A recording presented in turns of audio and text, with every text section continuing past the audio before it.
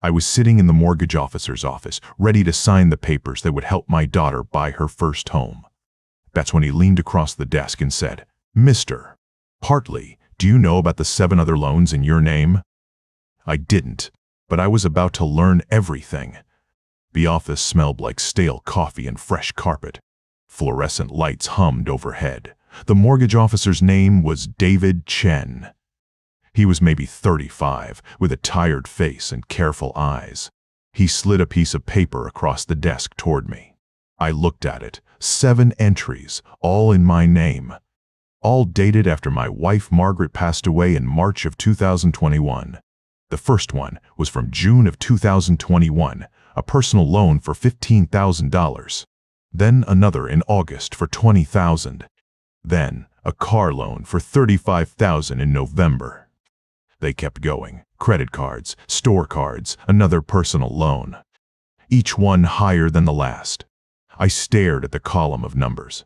My hands rested flat on the desk, perfectly still. Inside, something cold and sharp was cutting its way through my chest. "Mr. Hartley," David said, "are you okay?" I looked up. I never applied for any of these. He nodded slowly. "That's what I was afraid of. When I pulled your credit to process Emily's mortgage application, these came up. They're relatively recent. Most of them are in default." I counted them again. 7 loans. Total debt visible on that page was over $200,000. I knew there would be more buried deeper. "Do you recognize any of these accounts?" he asked. I shook my head. "No," but I was already thinking. The dates were too specific. They started 3 months after Margaret's funeral. Whoever did this knew I was vulnerable, knew I was distracted, knew I wouldn't be checking my mail or my credit reports while I was grieving. Someone close to me. My daughter Emily had been at the house constantly after Margaret passed. She brought casseroles. I couldn't eat and sat with me in silence. She told me she was handling the bills for a while, that I shouldn't worry about paperwork. She said she wanted to help. I remembered her going through my desk drawer, looking for a pen. Or maybe looking for something else. "Mr. Hartley," David said, "you need to file a police report. You need to freeze your credit. This is identity theft." I stood up. My legs felt steady. My voice was calm.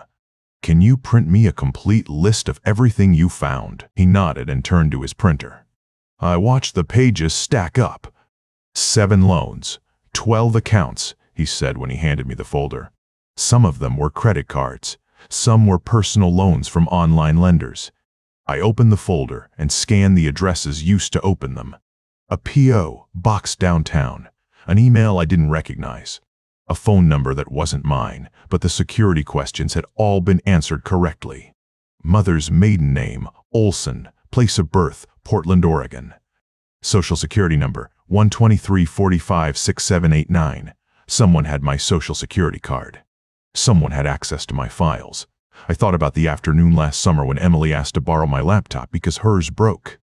She spent 3 hours in my guest room. When she came out, she said it was working now. She thanked me and kissed my cheek. I thought about Derek, her fiancé. He called me old man with a smile that never reached his eyes. He said he was a real estate investor. He never showed me any proof. I thought about the wedding. It was scheduled for November 5th. Emily was excited. Derek was impatient. And now I was sitting here with a folder full of lies, wondering if my own daughter had stolen my name. But I didn't know then that the worst was still buried deeper. If this story resonates with you, please consider subscribing. I have more to share, and the worst part hasn't come yet. I thanked David Chen and walked out of his office. The October air hit my face, cold, clean. I stood on the sidewalk outside the bank and took a long, slow breath. Then I called the only person I trusted, a forensic accountant named Linda Okonkwo, who I'd met through a retired cop at my poker night. She specialized in financial crimes. She'd helped a friend of mine untangle a mess with his brother-in-law years ago. She answered on the second ring. "Linda, it's Frank Hartley." "Frank, what's going on?" "I need your help," I said. "Someone has been using my social security number. They've taken out over $200,000 in loans in my name." How long has this been going on? Over 2 years, since my wife died. There was a pause. Sounds like someone close to you, Frank. These kinds of things don't happen by accident. I watched a woman push a stroller past the bank. A man in a suit talked on his phone. Normal people. Normal lives. I think I know who, I said. Come to my office tomorrow morning. Bring your credit report, any documents you have, and a list of everyone who has access to your personal information. I'll be there. I hung up and walked to my car. An old Toyota Camry paid off years ago. Margaret and I bought it together in 2015. She said it was practical. She was right. I sat in the driver's seat and looked at the folder on the passenger side. 12 accounts, a number I didn't recognize. An email address I'd never seen, but whoever set them up knew me. Knew my birthday, knew my mother's maiden name. Knew exactly where to send the applications so I wouldn't see them. My daughter, her fiancé, or both. I started the engine and drove home.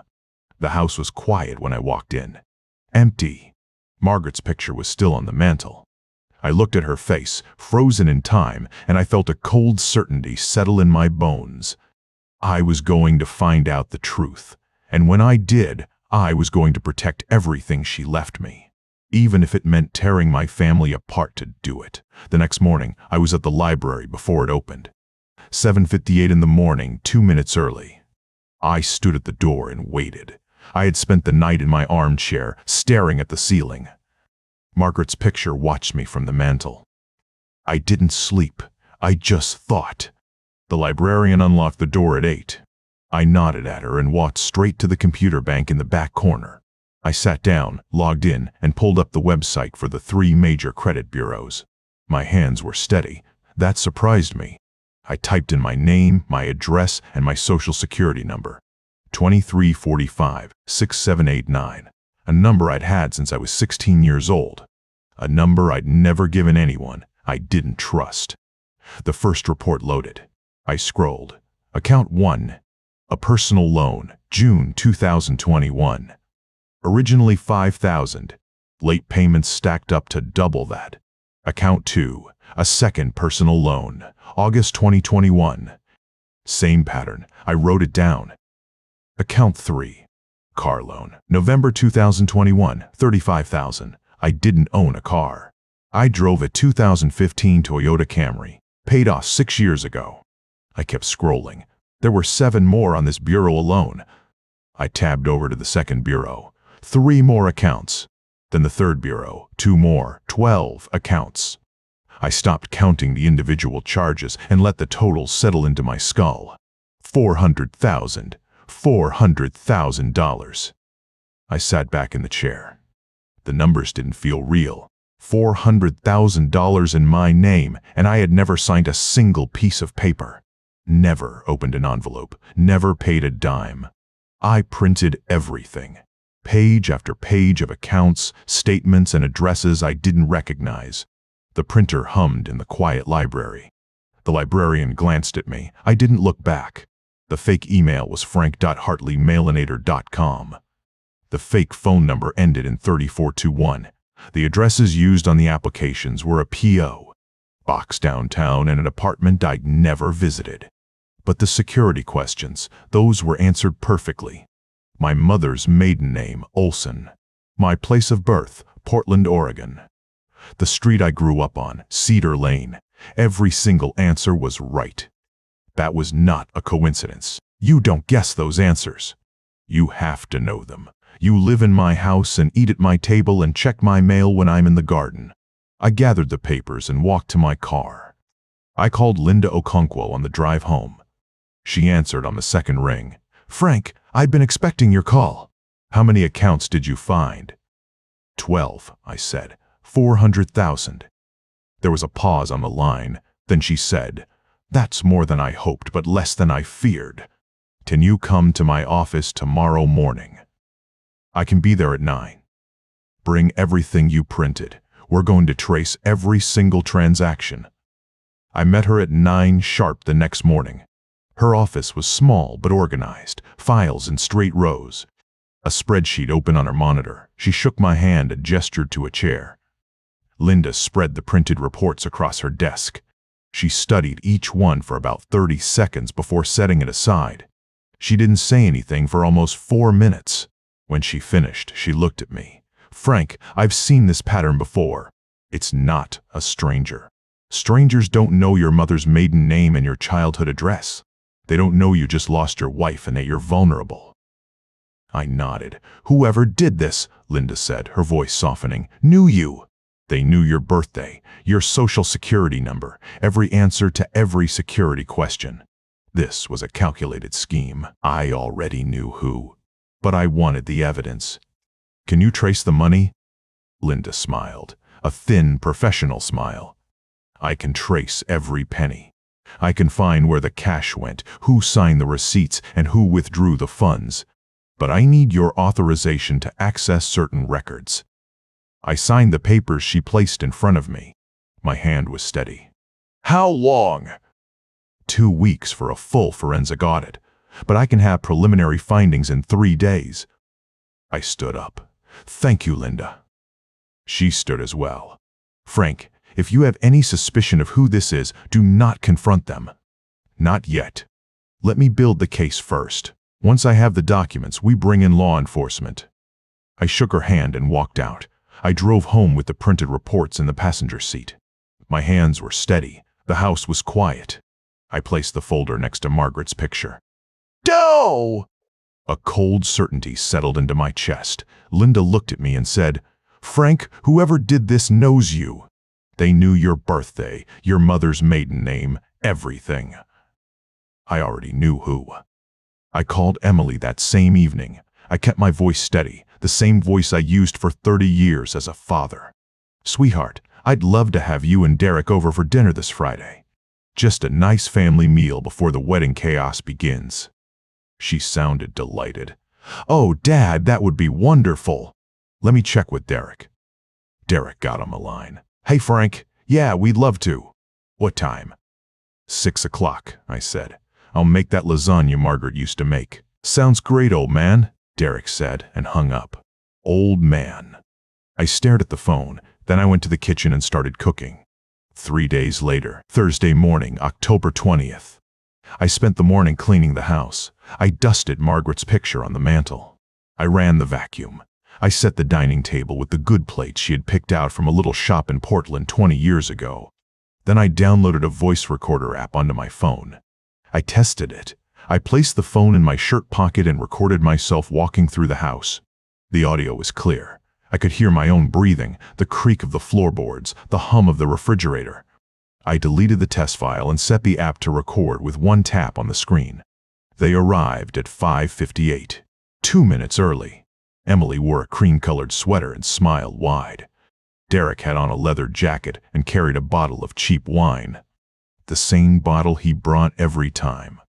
"Dad, the house looks beautiful," Emily said, hugging me. "Thanks, sweetheart. Come in, come in." We sat in the living room. I served appetizers. Cheese and crackers, olives, the kind Margaret always set out. I listened to them talk about the wedding arrangements. Doe! The flowers, the caterer, Derek's plans to invest in a new property development. I nodded. I asked polite questions. And I kept my left hand near my shirt pocket, thumb hovering over the screen of my phone. The lasagna came out perfect. We sat at the table. I poured wine for Emily, whiskey for Derek and myself. The recorder was still running, tucked against my chest. Over tiramisu, I set the trap. "So," I said, wiping my mouth with a napkin. "David called me yesterday. The mortgage officer at Pacific Northwest Bank." Emily's fork stopped mid-air. Derek kept chewing, but his eyes narrowed. "He mentioned something strange," I continued. "Said there were other loans on my credit report. Loans I never applied for." Emily's face went pale. Derek set down his fork. The clatter was loud in the quiet room. "Can you imagine?" I said, shaking my head. "Someone stole my identity, took out 12 accounts, over $400,000. The bank is launching an investigation." Silence. Then Derek laughed. A short barked laugh. "That's crazy, Frank. You think someone close to you did it? I looked at him. I have no idea who could have done it. They knew everything. My social security number, my mother's maiden name, the street I grew up on. Identity theft is wild these days, Derek said, leaning back. Happens to everyone. You're just an old man with too much money. We deserve it. I mean, they take from the rich, right? I kept my face neutral. You think I'm rich, Derek? Come on, Frank. The house, the pension, the life insurance from Margaret. You're sitting on a gold mine. Emily shot him a look. Derek. What? It's true. He doesn't even spend it. I sipped my whiskey. The ice clinked against the glass. The recorder captured every word. Emily dropped her gaze to her plate. Dad, listen. The wedding is in 2 weeks. We have so much to do. Maybe you should just, deal with the bank after? After the wedding. Sure, Derek said. Don't let this ruin the big day. The bank will sort it out. Worst case, you file some paperwork and it goes away. I set down my glass. It doesn't go away, Derek. The bank is already involved. They'll trace where the money went. Derek's smile faltered. For just a second. Then it returned, wider and harder. Well, good luck with that. Hope you find the guy. Emily played with her napkin. Dad, you're not going to, hire a private investigator or something, are you? Actually, I said, I already hired a forensic accountant. She starts next week. I watched them trade a look. A quick, sharp exchange I wasn't supposed to notice. Derek stood up. We should get going. Big day tomorrow. Emily, grab your coat. Emily pushed back her chair. Dad, thank you for dinner. That was lovely. I stood too. Before you go, I want to say something. They paused. I looked at Emily, at Derek, at the 2 people I had loved and trusted. The 2 people who had spent 2 years dismantling my life while I grieved my wife. I'm glad we had this time, I said. Family is everything. Derek nodded. Sure, old man. Thanks for the lasagna. They left. The door clicked shut. Their car started, headlights sweeping across the living room wall as they pulled away. I sat back down at the table. I pulled out my phone. I tapped the recorder app and stopped the recording. My thumb trembled. Not from fear. I played it back. Derek's voice came through clearly. You're just an old man with too much money. We deserve it. Emily's voice, soft and dangerous. He'll never figure it out. By the time the wedding is over, we'll be gone. We've got the tickets booked for Costa Rica. My head dropped back. The ceiling was white. Margaret's lasagna pan sat in the sink, unwashed. Unwashed! I played it again. Dad's too trusting. He'll never figure it out. I let out a breath. I didn't know I had been holding. I walked to the mantel and picked up Margaret's photograph. I looked into her eyes. Oh, sweetheart, I whispered. We haven't even started. I called Emily on Sunday evening. She answered on the second ring, her voice bright and cheerful like always. Hey, Dad, what's up? I kept my voice steady. Can we meet for coffee tomorrow? Just you. There's something I want to discuss. A pause. Is everything okay? I'd rather talk in person, I said. 10 o'clock at Brew and Bean, the one on 3rd Street. She agreed. She sounded curious but not concerned. That was about to change. I arrived at 9:54. I ordered a black coffee and took a table in the back corner. I had a manila folder with me. Inside were the credit reports, the account statements, the addresses, the fake email. I had printed everything. Emily walked in at 10:03. She was wearing a blue blazer and a smile. She hugged me before she sat down. I let her? You seem serious, she said, stirring her latte. I opened the folder. I slid the top page across the table. It was the first personal loan application from June 2021. The one with my social security number and her mother's maiden name. I need you to explain this, I said. She looked at the paper. Her face didn't change at first. Then her eyes moved faster, scanning the numbers. She set her latte down. What is this? She said. It's a loan someone took out in my name 3 months after your mother died. She pushed the paper back toward me. I don't know anything about that. You should call the police. I pulled my credit report, I said. 12 accounts. $400,000 total. Someone used my birthday, my place of birth, my mother's maiden name. They knew the street I grew up on. She was quiet. I could see her jaw tightening. The fake email was frank.hartley@mailinator.com, I said. The fake phone number ends in 3421. They used a P.O. box downtown and an apartment address I've never seen. But I know who had access to my filing cabinet. She looked down at the table. Her shoulders dropped. Emily, I said, I know. Her face crumpled. She started crying. Not loud sobs, just tears running down her cheeks. She didn't wipe them away. Dad, I'm so sorry, she whispered. It wasn't supposed to go this far. How long? She wiped her nose with the back of her hand. 2 years. Since June 2021. Derek said we could use your credit to get ahead. He said we'd pay it back before you ever noticed. But then it got bigger and bigger. He said, I repeated. He promised we'd fix it after the wedding. We were going to use the money from the house sale to pay it down. But then the payments got too high, and Derek said we could just leave. Leave, I said, to Costa Rica. Her eyes went wide. She looked at me like I had pulled a gun. I know about the tickets, I said. I recorded you. She stared at me. Her mouth opened, but nothing came out. You and Derek came to my house, I said. You sat at my table. You ate dinner off my good plates. And you told each other I was too trusting to figure it out. She started shaking her head. Dad, you don't understand. Derek is what? Complicated, she said. He has a past. He did some things in Nevada, but he changed.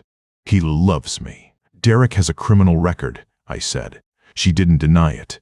She just cried harder. The door to the coffee shop swung open. I looked up. Derek walked in. His face was tight, his eyes scanning the room until they landed on us. He walked over fast. Emily, get up, he said. We're leaving. She stayed seated. Derek, he knows. He grabbed her arm. I said, get up. Let go of her, I said. He turned to me. His eyes were narrow. His voice dropped to a low growl. You don't know what you're doing, old man. I know enough, I said. He leaned in. His face was inches from mine. I could smell his cologne. It was cheap. Go to the police, he said. Go ahead. I'll make sure you lose everything. I'll drag this out for years. I'll bleed you dry in legal fees. And when it's over, you'll have nothing. I looked at him. I didn't blink. You have a felony conviction in Nevada, I said. Fraud. 3 counts. You never paid the restitution. That's $50,000 you still owe. His face went pale. Just for a second. Then he smiled. You've been busy. I have. He straightened up. He pulled Emily to her feet. Here's what's going to happen, he said. You're going to forget about this. You're going to keep your mouth shut. And at the wedding, you're going to smile and act like everything is fine. Because if you don't, I'll make sure the world knows what kind of father raises a daughter who steals from him. Think about how that looks. Emily was sobbing now. She wasn't defending him. Derek leaned in close. His breath was hot. You're a dead man if you talk, he said. I looked him in the eye. I did not look away. We'll see about that. He walked out, pulling Emily with him. The door swung shut. The coffee shop was silent. I sat there for a long time. Then I took out my phone and called Linda. I spent the next 2 weeks playing a role I had never rehearsed. The loving father. The proud parent. The oblivious old man who was about to be cleaned out. I called Emily every few days. I asked about the wedding plans. I told her I'd ordered a new suit. She sounded relieved on the phone. Grateful even. She thought I had let it go. Derek never called me. He didn't need to. He had made his point at the coffee shop.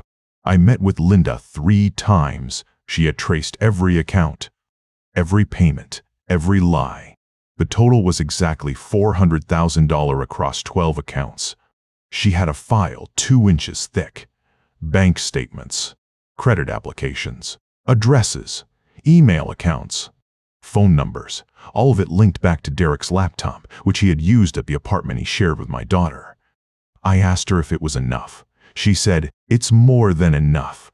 It's a masterpiece." I asked her to call the police, not before the wedding, during. She looked at me for a long moment. Then she nodded. The wedding was on November 5th, a Sunday. The Riverside Ballroom on Main Street. I had been there once before for a cousin's reception. It was a nice place, high ceilings, crystal chandeliers, a dance floor that cost more than my first car. I arrived at 2 in the afternoon. I was wearing my new suit, gray, simple. I had a small folder in my inside pocket.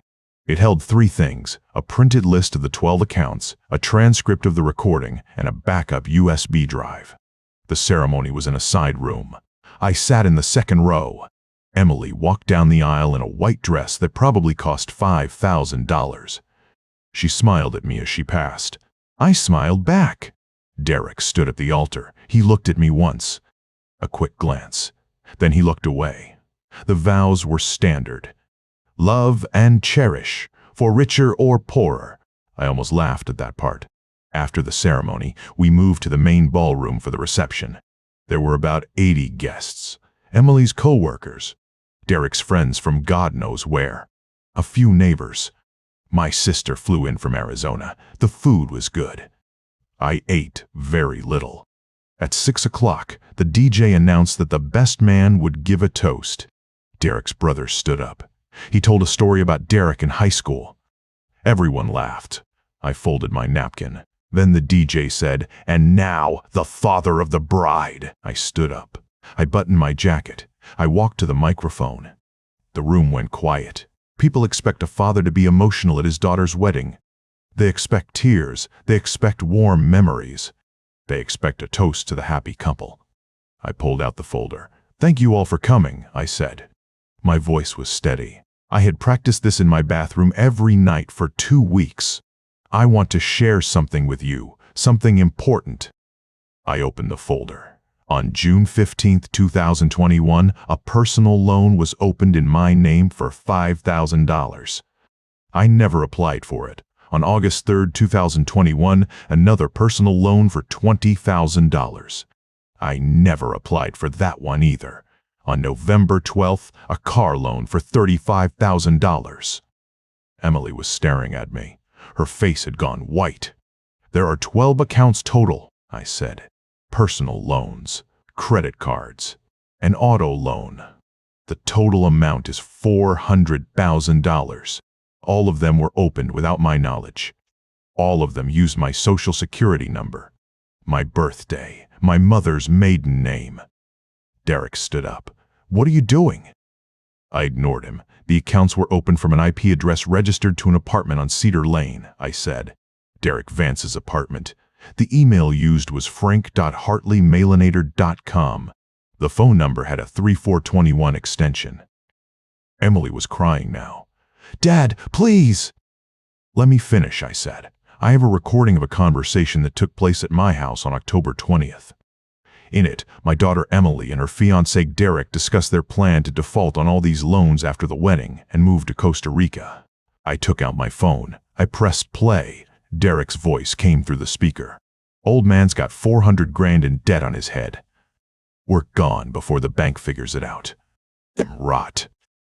Emily's voice. "He'll never recover from this. But we deserve it. We deserve a fresh start." The room was silent. I could hear ice clinking in a glass somewhere. Derek started walking toward me. His face was red. "You son of a..." The doors opened. 2 police officers walked in. Then 2 more. They crossed the ballroom floor like they had done this 100 times. Which they had. I had filed the report 3 days earlier. Linda had walked the evidence in herself. "Derek Eugene Vance," the first officer said. "You are under arrest for identity theft and fraud." Derek stopped walking.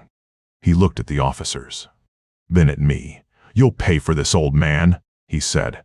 His voice was low, mean, the same voice he used at the coffee shop. I smiled. "The paperwork is already filed." They handcuffed him in front of everyone.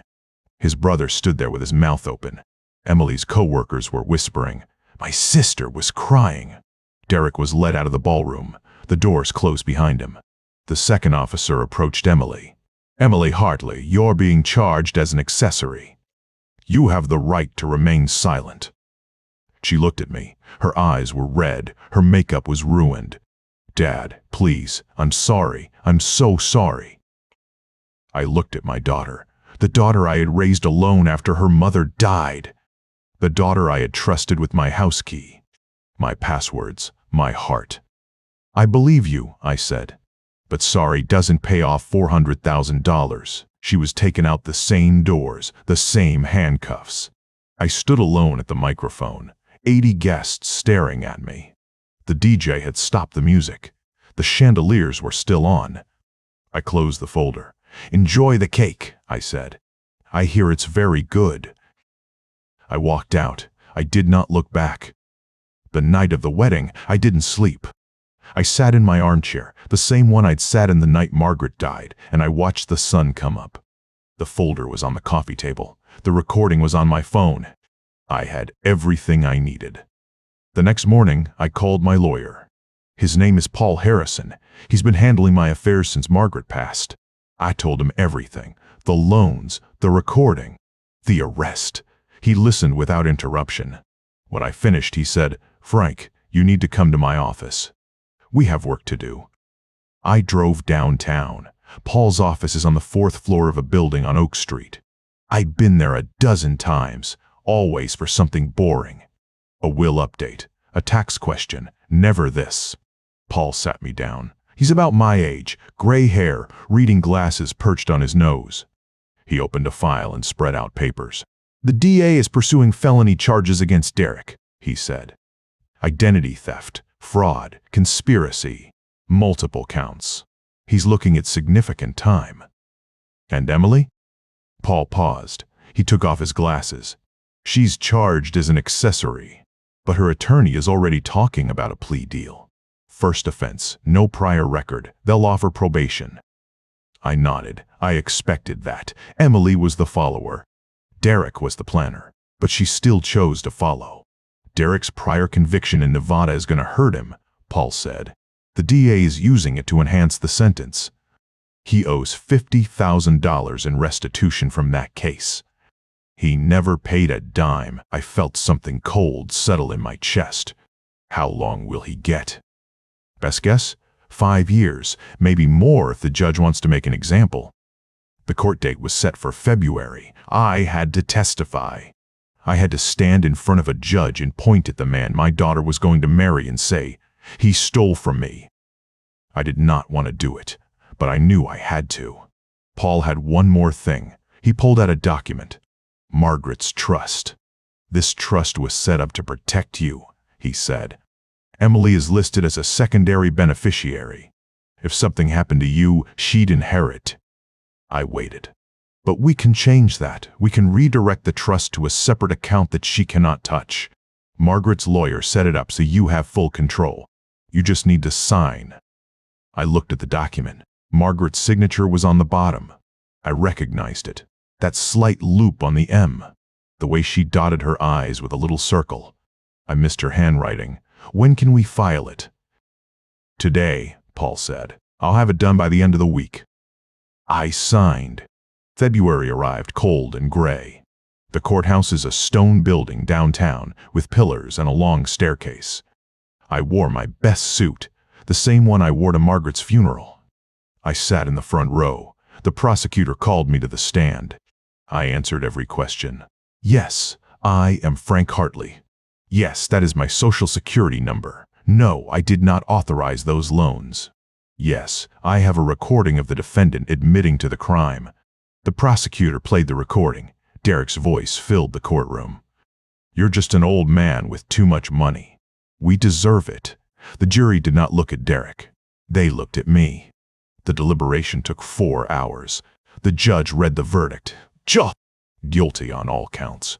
Then he sentenced Derek to 5 years in federal prison. Restitution in the amount of $400,000.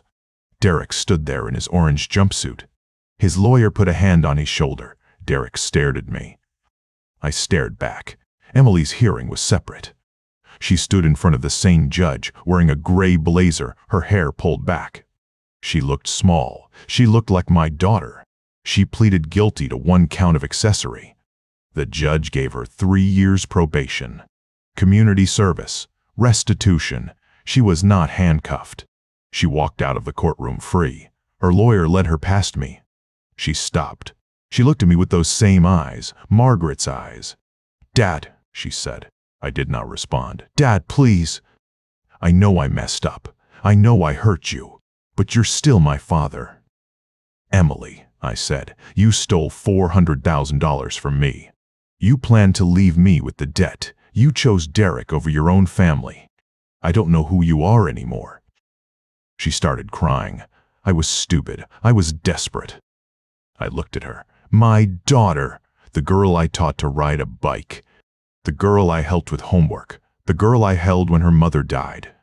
"I hope you figure out who you want to be," I said, "but I can't help you with that." I turned and walked out. The judge banged his gavel. Derek was led away. Emily looked at me, tears streaming. I turned and walked out. I sold the house in March. It took 3 weeks to pack up 30 years of my life. Boxes of Margaret's things I had been too afraid to touch. Photo albums, the good china, her robe still hanging on the back of the bathroom door. I kept the robe.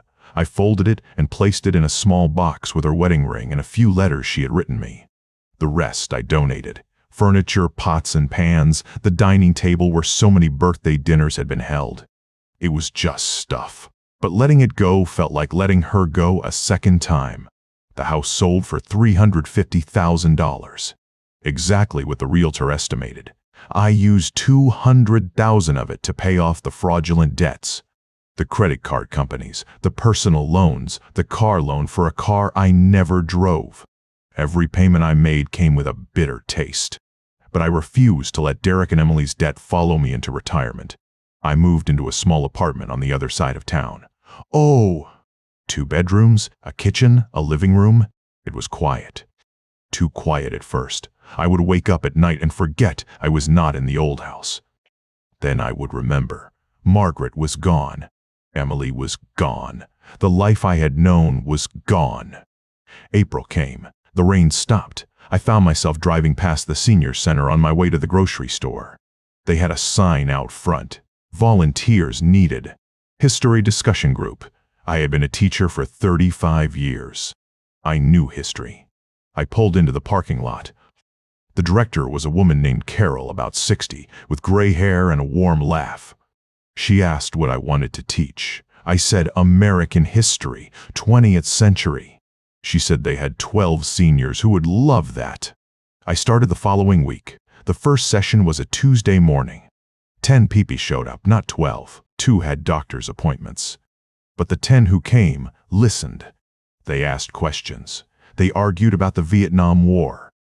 They told stories about their own lives, their own memories. I realized I had missed teaching. I had missed being useful. By May, the group had grown to 18. I brought a map of the Oregon Trail and stuck it to the wall with tape. An old man named Harold corrected my dates. I let him. He was right. That was the thing about teaching seniors. They knew when you were wrong. A letter arrived in June. Cream-colored envelope, return address in my handwriting. I knew it was from Emily before I opened it. I set it on the kitchen counter for 3 days. Then I opened it. "Dad, I know you don't want to hear from me. I know I hurt you. I am in therapy. I am trying to understand what I did. I am not asking for forgiveness. I just want you to know I am sorry. I miss you. I miss Mom. I miss the way things used to be. Please write back, even 1 sentence. Love, Emily." I read it twice. Then I folded it and put it in the drawer with the other papers from the case. I did not write back. That was the hardest part. Not the money, not the trial, not even the betrayal. It was knowing my daughter was somewhere out there, and I chose not to reach for her. I loved her. I would always love her, but love does not mean trust, and trust cannot be rebuilt with an apology. Derek's sentencing was the last time I saw Emily's face. She was pale, thinner than before, standing with her lawyer. I did not nod. I did not wave. I turned and walked out, and I never looked back. I still have the photograph of Margaret on my nightstand. Her smile, her eyes, the way she held my hand in the hospital. Sometimes I talk to her. I tell her about the history group. I tell her about Harold and his bad knee and his good memory. I tell her I am okay. She would have wanted me to forgive Emily. Margaret could forgive anyone. But I am not Margaret. I am a man who was betrayed by his own daughter. I am a man who chose justice over family. I am a man who has to live with that choice. And I do, not with bitterness, with quiet acceptance. The debts are paid. My retirement is smaller than I planned, but it is enough. The apartment is clean. The sun comes through the window in the morning. I have my history books, my photographs, and 18 seniors who argue about the Cold War. It is not the life I imagined, but it is a good life. And that is enough. If you enjoyed this story, please like and subscribe for more true tales of justice and family. Thank you for listening.